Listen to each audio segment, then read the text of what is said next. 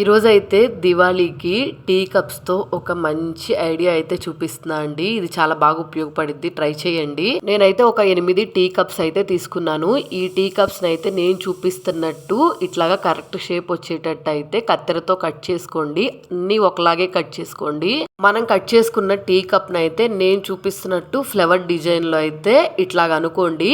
ఇలా అనుకున్న తర్వాత ఒక పెన్ తో అయితే పైన షేప్ రౌండ్ గా వచ్చేటట్టు అయితే గీసుకోండి. నేనైతే ఒకటి రౌండ్ గా గీసుకున్నాను, ఇంకోటేమో ఫ్లవర్ లాగా వచ్చేటట్టు కట్ చేసుకున్నాను. మనం పెన్ తో గీసుకుందంతా ఇట్లాగా రౌండ్ షేప్ వచ్చేటట్టు అయితే కట్ చేసుకొని మీరు కావాలనుకుంటే కలర్స్ అయితే గీసుకోవచ్చు, లేదంటే ప్లెయిన్ గా అయినా వదిలేయచ్చు. చూసారు కదా, దీన్ని అయితే నేను అచ్చం ఫ్లవర్ లాగా అయితే కట్ చేశాను. ఒకటేమో ఇట్లాగా నార్మల్ గా వదిలేశాను.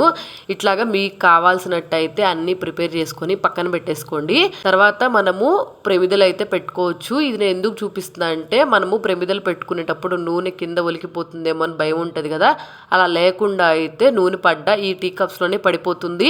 అలాగే చూడటానికి ప్రమిదలు కూడా చాలా అందంగా కనపడతాయి, ఫ్లవర్ లాగా. చూసారు కదా, లైట్ అంతా ఆఫ్ చేసి పెడితే ఎంత నిండుగా కనపడుతున్నాయో. ఈ పండగ అయితే ఖచ్చితంగా అందరికీ ఉపయోగపడుతుంది, కాబట్టి ట్రై చేయండి. చాలా సింపుల్ ప్రాసెస్, అంత ఎక్కువ కష్టం కూడా అనిపించదు.